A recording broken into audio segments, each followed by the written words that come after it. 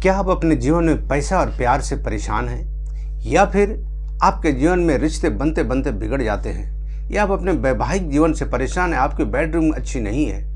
यदि इस तरह की बातें आपके जीवन में हो रहा है तो आज का वीडियो आपके लिए है। तो चलिए शुरू करते हैं आज का वीडियो। जय हिंद मित्रों, नमस्कार। नमो ज्योतिष में आपका बहुत बहुत स्वागत है। आज का वीडियो में हम लोग जानेंगे कि हमारे जीवन में क्यों पैसा, धन, प्यार, विवाह, बनते रिश्ते, इन सभी बातों से हम लोग क्यों परेशान होते हैं। ज्योतिष में इसके लिए कौन सा ग्रह उत्तरदायित्व होता है।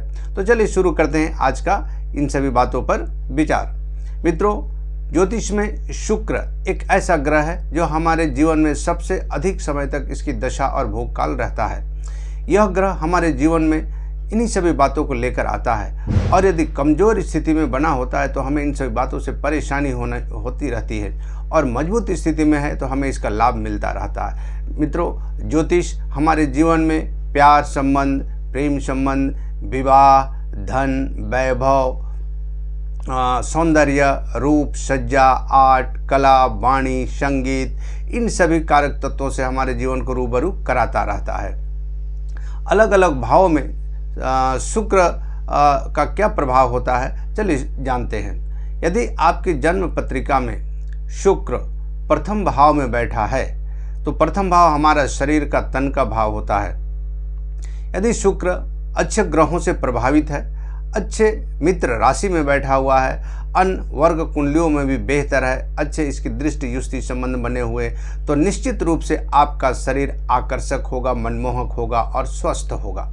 यदि आप अपने जीवन में शुक्र लग्न में आपकी जन्म पत्रिका में बैठा है तो आप स्वस्थ भी रहेंगे, लेकिन यदि शुक्र कमजोर स्थिति में बना हुआ है तो निश्चित रूप से आपके स्वास्थ्य अच्छे नहीं रहेंगे। आपके जीवन में कफ, वात, पित्त से आपको परेशानी होती रहेगी। आप आकर्षक लगेंगे, आपके रूप रंग अच्छे होंगे, आपकी चेहरा आकर्षक होगा और वाणी भी मधुर होगी। इस प्रकार से शुक्र देव यदि द्वितीय भाव में बैठे हैं तो क्या प्रभाव देंगे। दैत्या गुरु शुक्राचार्य द्वितीय भाव में होने से हमारे वाणी को कोमलता प्रदान करेंगे, वाणी में एक प्रकार का जादू, चमत्कार शक्ति लाएंगे। दूसरा भाव भोजन का भाव होता है, परिवार का भाव होता है, कुटुंब का भाव होता है, धन का भाव होता है, ज्वेलरी का भाव होता है, बैंकिंग क्षेत्र का भाव होता है। तो दूसरे भाव में यदि शुक्र महाराज मजबूत स्थिति में है, बली हैं और अच्छे ग्रहों के साथ दृष्टि युति संबंध बनाकर रखे हुए हैं, और लग्न चंद्र और दोनों कुंडली में बेहतर है, तो निश्चित रूप से आपके जीवन में धन का कभी अभाव नहीं होगा।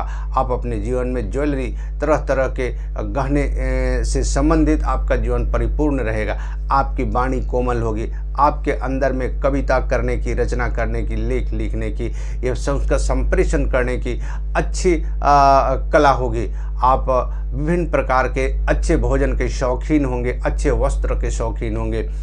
आप बैंकिंग क्षेत्र में भी अच्छा कार्य कर सकते हैं। लेकिन मित्रों, यदि यही द्वितीय भाव में शुक्र ग्रह कमजोर स्थिति में बना हुआ है, इस पर अशुभ ग्रहों का दृष्टि युति बना हुआ, प्रभाव बना हुआ, तो निश्चित रूप से इन सभी क्षेत्रों से आपको परेशानी होने की संभावनाएं बढ़ जाएगी।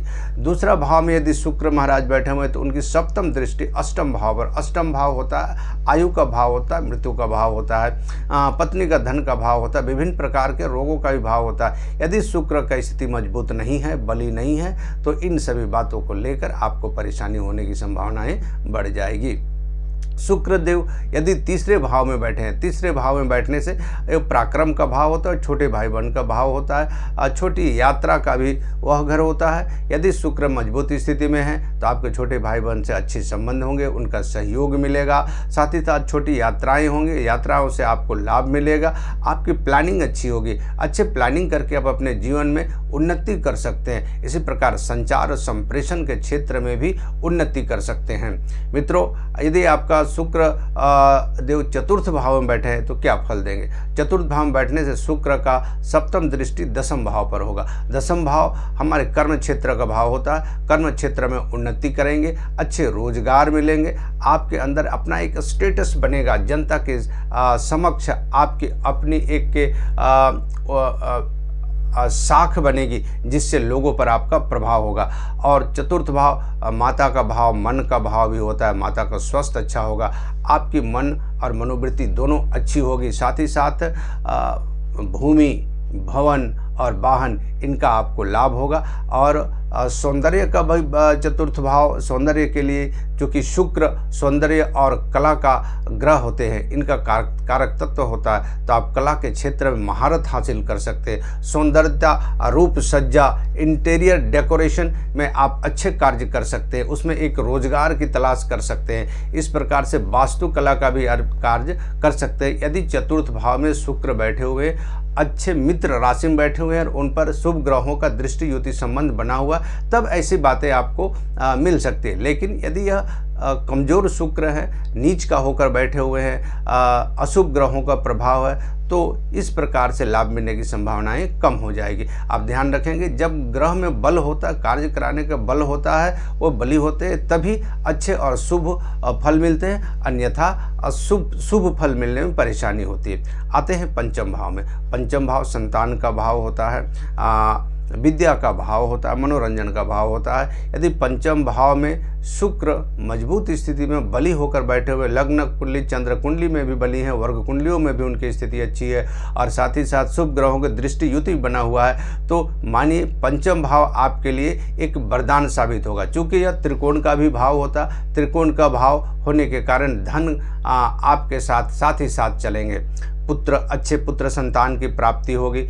प्रेम का क्षेत्र में आपको सफलता मिलेगा, वाणी का क्षेत्र में सफलता मिलेगा। अच्छी आपके अंदर पढ़ाई लिखाई, आपकी विद्या बुद्धि अर्जन करने की अच्छी शक्ति होगी। इस प्रकार से पंचम भाव यदि आपके जीवन में शुक्र महाराज पंचम भाव में अच्छे स्थिति में बैठे हैं, तो निश्चित रूप से आपको अच्छे लाभ मिलेगा। आपके अंदर का अच्छी विचार शक्ति होगी, जिससे आप अच्छे रचनाएं कर सकते हैं, कविता लिख सकते हैं, लेखन के क्षेत्र में आप महारत हासिल कर सकते हैं, क्योंकि यह विद्या का भी भाव होता है। स्कूलों में आप एक अच्छे शिक्षक के रूप में, एक अच्छे वक्ता के रूप में कार्य कर सकते हैं, क्योंकि पंचम भाव विचार शक्ति का भाव होता है, चिंतन मनन का भाव होता है, और आप इस भाव से अच्छे शुक्र मजबूत स्थिति में होने से आप इसका लाभ ले सकते हैं। क्योंकि माता का धन का भी भाव होता है, प्रेम संबंध का भाव होता है, प्रेम का क्षेत्र में आपको लाभ मिल सकता है। लेकिन ध्यान रखें, यदि शुक्र कमजोर या नीच की स्थिति में बने हुए हैं, अशुभ ग्रहों का दृष्टि युति बना हुआ है, तो प्रेम का क्षेत्र में आपको धोखा मिल सकता है, और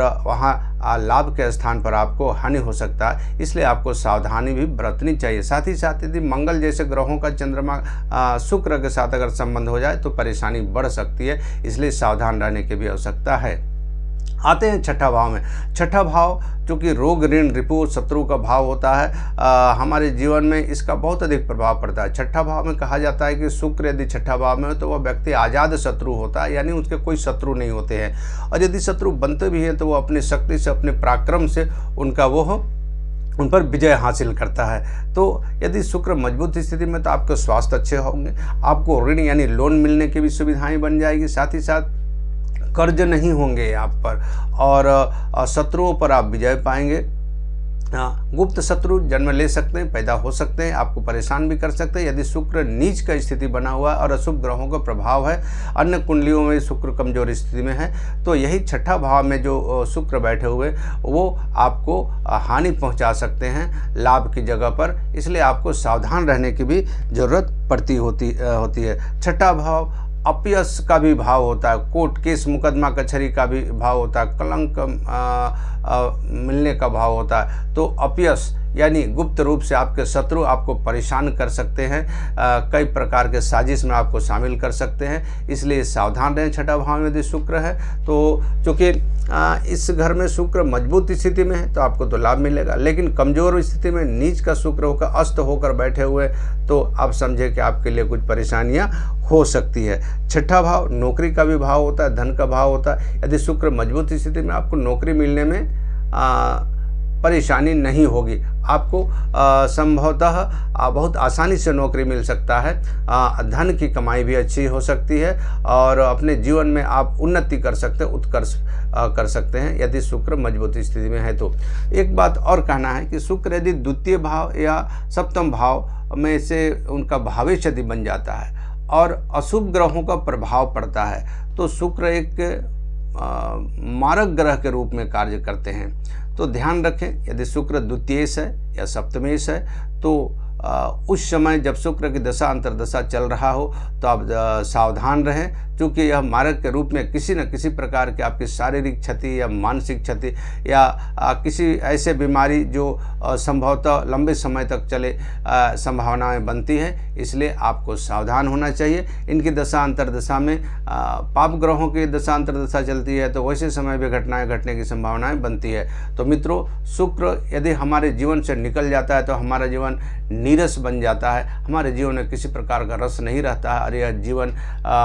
अधूरा सा लगने लगता है। इसलिए शुक्र का बेहतर स्थिति में होना या उनको बेहतर बनाने की कोशिश करना, प्रयास करना जरूरी हो जाता है। अब यह भी जानते हैं कि जब तक हम प्रयास नहीं करेंगे, कोशिश नहीं करेंगे, परिश्रम मेहनत नहीं करेंगे, पुरुषार्थ नहीं करेंगे तो हमारा जीवन नीरस हो जाता है और हम उन्नति नहीं कर सकते हैं। ग्रह अपने जगह स्थित होते हैं, हमारे पूर्व जन्मों के संचित कर्मों का फल वो देते हैं और एक योग का निर्माण करते हैं। लेकिन उस योग को फलित करने के लिए हमें कर्म करने की आवश्यकता पड़ती है। सही दिशा में सही साधनों के साथ आपके पास जो भी साधन है उस साधन के आधार पर एक सही दिशा का निर्धारण करके अपनी योग्यता के अनुसार यदि आप परिश्रम करते हैं, मेहनत करते हैं तो निश्चित रूप से आपके कुंडली में जो ग्रह योग बनाकर बैठे हुए उस योग का फलित आपको मिलेगा ही मिलेगा। यदि ऐसा नहीं करते हैं तो संभावनाएं कम हो जाती है, क्योंकि बैठे बैठाए तो कुछ मिलता नहीं है। और ग्रह भी अपने योग को फलित तभी करते हैं जब आप मेहनती होंगे, परिश्रमी होंगे। ईश्वर भी वहीं आपकी मदद करने के लिए हमेशा तैयार रहते हैं। तो इस प्रकार से शुक्र हमारे जीवन में आते हैं और विभिन्न प्रकार के अच्छे अच्छे फल लेकर आते हैं। अच्छा, हमारे जीवन में उन्नति का रास्ता मार्ग खोलते हैं। यदि इस प्रकार से आपके कुंडली जन्म पत्रिका में शुक्र महाराज बैठे हुए तो निश्चित रूप से आपको लाभ देंगे। बस जरूरत है दृढ़ इच्छा शक्ति और कर्मठ बनकर मेहनत के साथ सही दिशा में भगवान की, शुक्रदेव की आराधना प्रार्थना करते हुए कार्य करना। मित्रों, आपको यदि मेरा यह वीडियो अच्छा लगा हो तो लाइक और सब्सक्राइब करना न भूलेंगे। एक छोटा सा प्यारा सा कमेंट जरूर करेंगे ताकि मैं आगे और एक इसी समय पर एक अच्छा सा वीडियो आपके सामने आपके लिए ला सकूं। मित्रों, आज के लिए बस इतना ही। आते हैं फिर एक नए समय में नए वीडियो के साथ। तब तक के लिए हरि ओम।